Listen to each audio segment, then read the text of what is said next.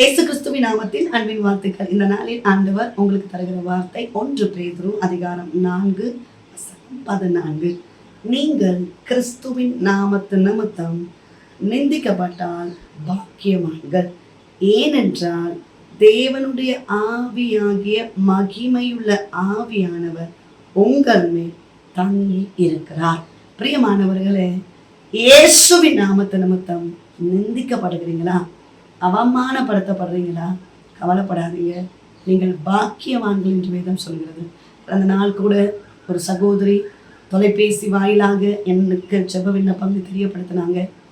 ஆண்டவரை ஆராதிக்கிற சகோதரி, ஆண்டவரை நேசிக்கிற சகோதரி, ரொம்ப அதிகமாய் ஆண்டவரை நேசிக்கிற இந்த சகோதரியுடைய கணவர் ரட்சிக்கப்படவே இல்லை.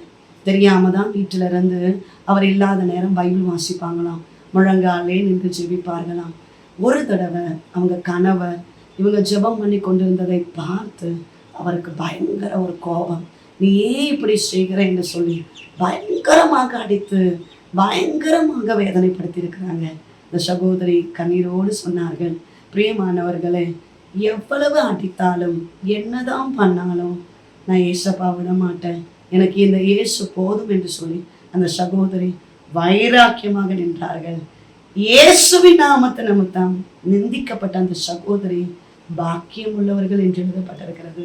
உங்க வாழ்க்கையிலும் இப்படிப்பட்ட நெருக்கம் இருக்கிறதா? கவலைப்படாதீங்க, கர்த்தர் ரட்சிப்பார். எந்த மனுஷனையும் மாற்ற இயேசுவால முடியும். இயேசுவால் கூடாத காரியம் ஒன்றுமே இல்லை. மகிமையுள்ள ஆவியானவர் நம்ம மேல இருக்கிறாரே, நம்ம மேல தங்கி இருக்கிறாரே, அழகாய் வேதத்துல சொல்லப்படுகிறது. அவர்களாலே தூஷிக்கப்படுகிறார், உங்களாலே மகிமைப்படுகிறார். பிரியமானவர்களே, தேவனை சார்ந்திருப்போம். உங்க குடும்பங்கள்ல ரட்சிக்கப்படாத நபர்களுக்காக கண்ணீரோடு ஜெபியுங்கள். நீங்க விதைக்கிற விதை வீணாய் போகாது. நிச்சயமாக அவர்களை கர்த்தர் ரட்சிப்பார், அவர்களை ஒரு நாள் தொடுவார், மாற்றம் உண்டாகும். ஜெபிப்போம்.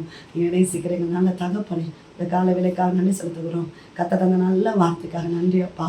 மகிமையுள்ள ஆவியானவர் எங்க கூட இருக்கிறீர், எங்க மேல தங்கி இருக்கிறபடினால ஸ்தோத்திரம். தேவ பிள்ளைகளை ஆசீர்வதிங்க, குடும்பங்களை ஆசீர்வதிங்க, செய்கிற வேலைகள், வருமானங்கள், தொழில்களை ஆசீர்வதிங்க. விசேஷமாய் ரட்சிக்கப்படாத நபர்களுக்காக ஜெபிக்கிறோம். வாலிப பிள்ளைகள் ரட்சிக்கப்படலப்பா, சகோதரிமார்கள் ரட்சிக்கப்படலை, சகோதரிகள் ரட்சிக்கப்படலப்பா. கர்த்தர் தொடுவீராக. குடும்பமாய் ஆண்டவரை ஆராதிக்க, குடும்பமாய் உண்மை சேவிக்க கர்த்தர் உதவி செய்வீராங்க. பலவீனத்தோடு இருக்கிற பிள்ளைகளுக்காக ஜெபிக்கிறோம். எல்லா பலவீனங்கள் மாறட்டும். கடன் பாரத்துல கண்ணீரோடு இருக்கிறாங்கப்பா, தேவைகளோடு இருக்கிறாங்கப்பா, பொருளாதாரத்துல ஆசீர்வாதம் இல்லாமல் இருக்கிறாங்கப்பா. கர்த்தர் ஆசீர்வதிப்பீராக. தேவைகள் எல்லாம் சந்திங்க. செய்கிற வேலைகள், வருமானங்கள், வியாபாரங்கள், சின்ன சின்ன தொழில் செய்தாலும் கர்த்தர் ஆசீர்வதிப்பீராக. இந்த நாள் முழுவதும் கர்த்தர் தாங்கி நடத்துகிறபடினால் ஸ்தோத்திரம். கர்ப்பத்தின் கண்ணிக்காக காத்திருக்கிற பிள்ளைகளை ஆசீர்வதிங்கப்பா, கர்ப்பிணிகளை ஆசீர்வதிங்கப்பா, திருமணமாக வேண்டிய பிள்ளைகளை ஆசீர்வதிங்கப்பா. கர்த்தாவே, நல்ல வேலை வாய்ப்பு இல்லையே என்று சொல்லி வேதனையோடு இருக்கிறாங்கப்பா. தேவ பிள்ளைகளை கர்த்தர் ஆசீர்வதிக்கிறபடினால ஸ்தோத்திரம். மேன்மைப்படுத்துவீராக, கனப்படுத்துவீராக, ஆசீர்வதிப்பீராக. குடும்பங்கள சமாதானத்தை கட்டளையிடுவீராக.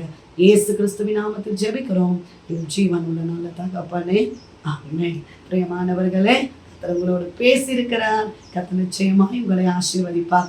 உங்களுக்காக, உங்களுடைய ஜெப விண்ணப்பங்களுக்காக நாங்கள் ஜெபிக்கிறோம்.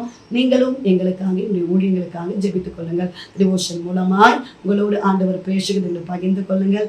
இந்த வார்த்தை அநேகருக்கு பிரயோஜனமாக இருக்கும் என்றால் அநேகருக்கு ஷேர் பண்ணுங்க. God bless you.